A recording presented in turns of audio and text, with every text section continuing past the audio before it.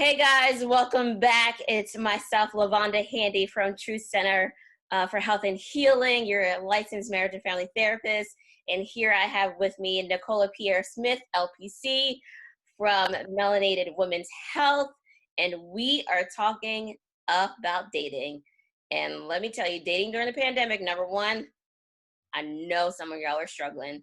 Number two, it is a you know what as it is when it comes to dating. So myself and Nicola are going to try our best to give you our therapeutic perspective of how to make it through the dating scene and keep hope alive while trying to find a partner that is meant for you.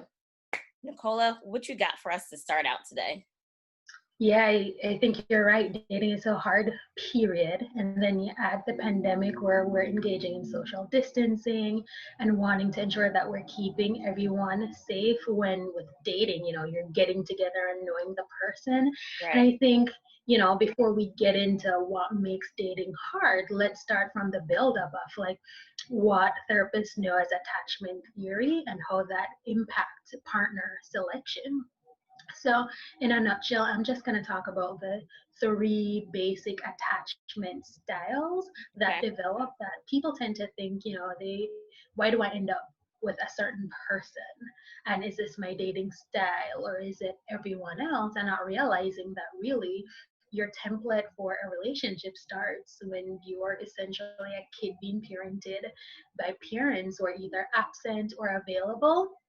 So one of the attachment style, and this is the one that everyone should aspire to develop, is a secure attachment.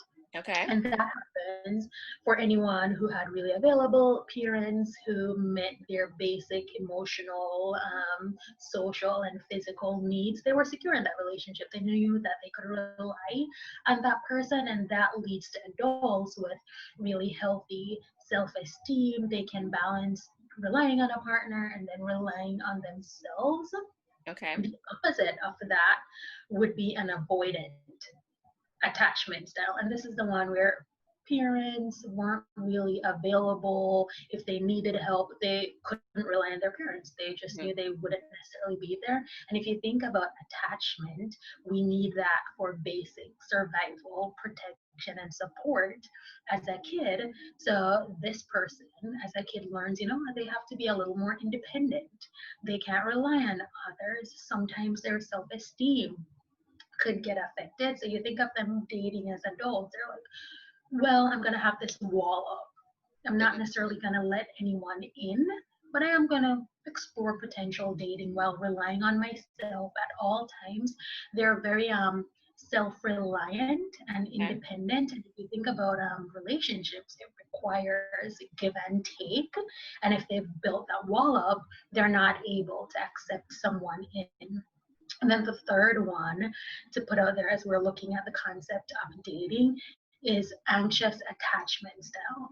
Now, the type of parenting that someone with an anxious attachment style would have is that their parent is more disorganized or inconsistent, so they're not really sure. Like when they leave, will they come back? Hmm. Sometimes they're available, sometimes they're not. It's hard to figure out if they're really there and if they're safe. So they learn that over time. Someone who is dating with an anxious attachment style, they may send a message or text messaging in these days and the person doesn't respond fast enough or a day passes, they get the assumption that they're rejecting me, and then their self-esteem starts getting affected because if you think about an inconsistent or disorganized parent, Right. they haven't necessarily built up this child's self-esteem to know that they're worthy in the relationship. So they grow up with that anxious attachment style where they're fearful of someone leaving. Mhm. In the anxious attachment style, that person tends to do some people pleasing as well. So Mhm. they're not looking at their needs while dating or their needs in relationship. It's all about pleasing the other person. So they don't to deal with this fear of them leaving. So what do you think if you're thinking in terms of dating generally and then dating in COVID along the lines of these attachment style, what do you think would be some of the potential barriers? Well, I'm thinking you are constantly just on your phone or you're on these video chat things, and if you're not getting messages back as quickly as possible, because one, we're all like on social media, so people may not want to be on social media at all at this point if they're working and trying to connect with family and friends at the same time. So the barrier is you may not be into it at all, and so there's this like hesitancy to want to engage with someone new on a dating platform when you spent all day with your phone or in front of your computer. So I know that has to be a headache. And I was considering, you know, not even just like some barriers, but thinking about each person. How do they differ, or how does it align with, do the attachment styles cross over? Like, can you date one person and be in a secure, attachment style? Or if you're dating another, can you have that like anxious avoidant kind of relationship, depending on what that person is giving to you? Because maybe you were exposed to all those types of people growing up, right? Maybe your mother was very secure, but you had a relationship with your father that was an insecure and avoidant type relationship. Yeah, so it's a question you're asking me if they can overlap and in Yeah. terms of dating. So if you think about it, the anxious and then the avoidant, that could potentially be now this recipe for disaster, in that the anxious person is constantly seeking this person out for that they're being rejected. And then the avoidant person is really just continuously pulling away because they're not letting their guard down to then meet that person where they're at. And not necessarily that you want each person always to be meeting each other's needs, because in relationships you want to balance independence and then dependence. As adults, we want to have skills that we're self-soothing. So in that sense, if hypothetically I'm anxious attachment, I would need to be able to then like check in with myself, what's going on that's causing me to have this fear response to reach out to someone else. And hypothetically, if I'm an avoidant attachment style, I need to figure out, well, am I concerned for emotional hurt and vulnerability? That's why I'm not reaching back out to this person, even though I really potentially like them, and figuring out other ways to then deal with my own fears, hypothetically, of rejection because of this avoidance style that I developed over time.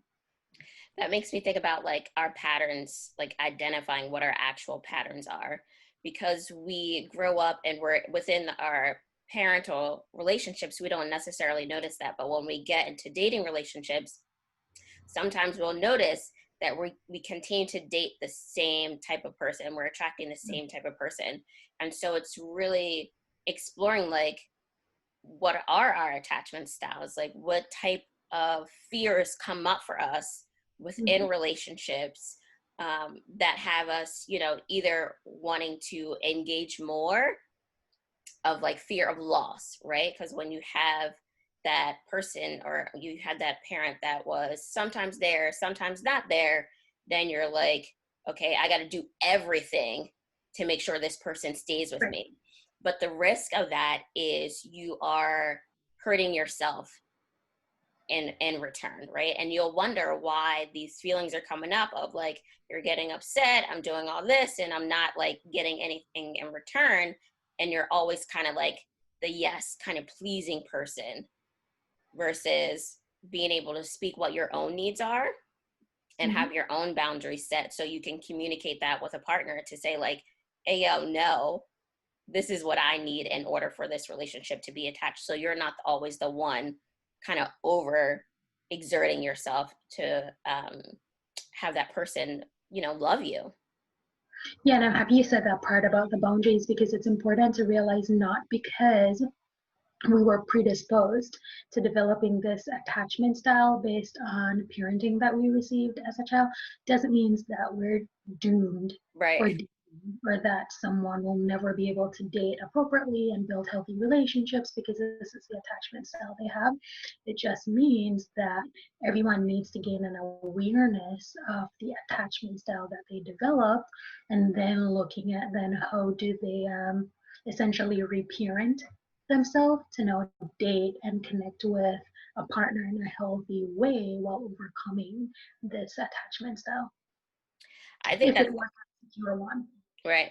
I think that's like the hardest part of learning who you are as a person, right? Is uh, really taking the time to examine how you show up in your relationships, right? We are oftentimes uh, blaming other people, right? They're like, oh, that guy was a jerk, that girl was blah, blah, blah, blah. Like, we're putting the blame on the external source versus like taking some self-reflection, like what's been happening in me, what's been my experience in, like I was saying before, like my fears that like make me throw up a guard and people not have really intimate relationships with me, or even within friendships, right? Like you can notice all these same behaviors will be in all of your relationships, and you can see that like either you're pulling people in or you're pushing people away for fears, you know, that you may have created and learned from your parents. But like you were saying, like reparenting yourself to say like, okay, this is what makes me feel safe, you know? Yeah. Yeah. And you said earlier, like, is it them or is it me?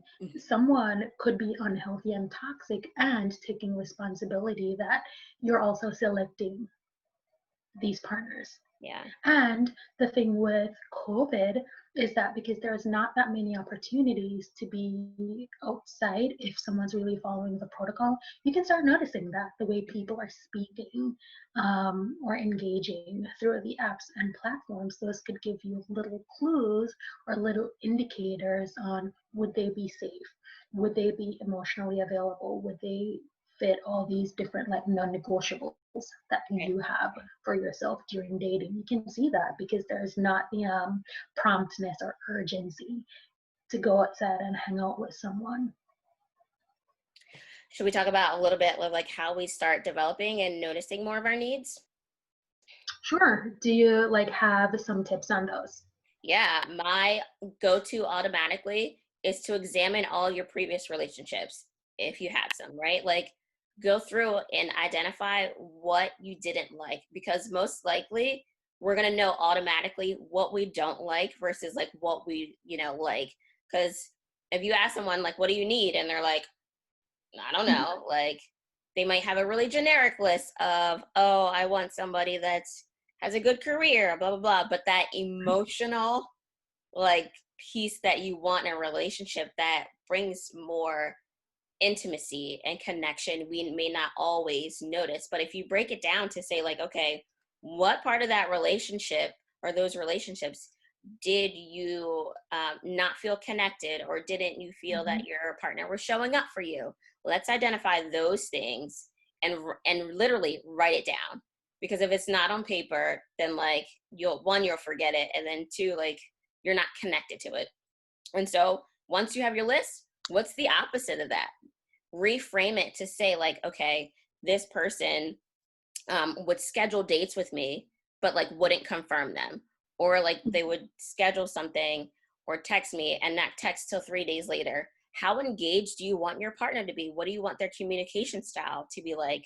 I love a good love language quiz. It goes 1,000 ways, like, Yep. especially once you're like, for yourself, number one, like identifying, like, do you need to spend a lot of time with someone? Do you enjoy words of affirmation? Or do you like someone that can, like, acts of service? Coming home, dinner's ready, bathroom's clean, and you don't have to do anything. Identifying those needs and writing it down and being able to communicate that with your partner when the time comes. And in my experience, the earlier the better, because if you're essentially creating a contract when you're dating someone, like, here are some of my needs, what are yours? And as we grow and change, those needs may grow and change as well. So being able to renegotiate what that contract is, because you guys are a partnership. Yeah, like that, the negotiating contracts and needs, because one advice that I do have is as much as you want someone to be respectful and have great communication skills, you also need to be fair and have that within yourself. So practicing using I statements Mm, as something is coming up, I didn't appreciate when my time wasn't valued. right. And seeing how the person responds to that, because people aren't mind readers. They don't know what your values are. They're getting to know you as you're forming this dating contract. So definitely working on your communication, like I said earlier, like really working on your own emotional tolerance skills. If you're feeling fear while dating, if you're feeling anxious, if you're feeling insecure, that's not the person who you're dating or pursuing. It's not their responsibility Right. to necessarily like take care of that in these like early stages of dating. That's really on you to figure out how do you self-soothe and deal with these difficult emotions that are coming up for you that may be because of your attachment style. Right. Then the other one that I have is really, really looking at what you said earlier. What are your non-negotiables, and figuring out, are they realistic?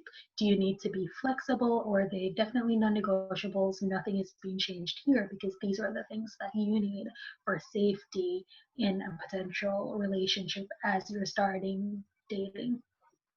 Yeah, non-negotiables were my favorite thing to give people, because you have to know, where you're going personally. Like, I would say spiritually, financially, um, emotionally, mentally, like really identifying to your core um, those aspects. If you want somebody that is going to be able to communicate in a way that is very honest with you, and because I think we say communicate and they generalize it. Like, I have couples coming in like, oh, we want to work on communication. Well, what does that mean? Right? Like, people need to know. They want to know if you had a bad day, right? They want to feel connected intimately to you. So Mhm. if you ask your partner like, how was your day, and they're like, oh, it was fine. Can't mind read. Cannot mind read. What does that mean? Like, and like, you don't have to like complain about your day, because some people don't particularly like to complain and bring work to home, but they want to feel like they're a part of their partner's lives in every part. So being able to communicate means being emotionally vulnerable, like you were saying, and sharing like, today was wonderful. And you don't have to like sugarcoat it, like, but you could say like, it was a rough day. And that way Yeah, your partner also knows how to meet your needs for the rest of the evening, right? yeah. Because maybe you need some space if you had a rough day, versus like you just go and sit in a corner and your partner asking you how you're doing, and you're like, it was fine. Yeah, and what that would look like in the early stages of dating is that someone doesn't necessarily know too much about you. So that's a part of giving insight. Oh, I had a rough day. You don't have to necessarily go into the details, Right. but being honest and saying I had a rough day, no, it creates an opportunity for that person to either like offer some kind of support or not. And whatever decision that person makes, that gives you a sign of how you would be treated as Mhm. a relationship develops. You get information. Yep. And I think it references back to like braving and that G of generosity, because what can happen in moments like that is we assume that whatever that person is feeling at times is about us. So let's really doing some of our own internal work, and then having a follow-up question like, do you need anything from me? Or like, knowing yourself and you're okay, and allowing that person to come to you when they feel comfortable, but not making it mean something about you. Right. So I don't know about you, Lavonda, but I enjoyed this like reflecting on basic attachment theory that Yeah. we would have learned back in our time in grad school, that we've been practicing in the field, and then really looking at like dating is hard. Right. So like Facts. using those tools, self-awareness, communication skills, and then finding out what are those red flags, what are your needs, and then making decisions as you're dating. So really reflect on what you heard in this video and put it into practice as you are exploring new relationships, or if you're already in an existing relationship. Hit the notification link, subscribe if you want more videos like this. Thanks, guys. We'll see you next Monday.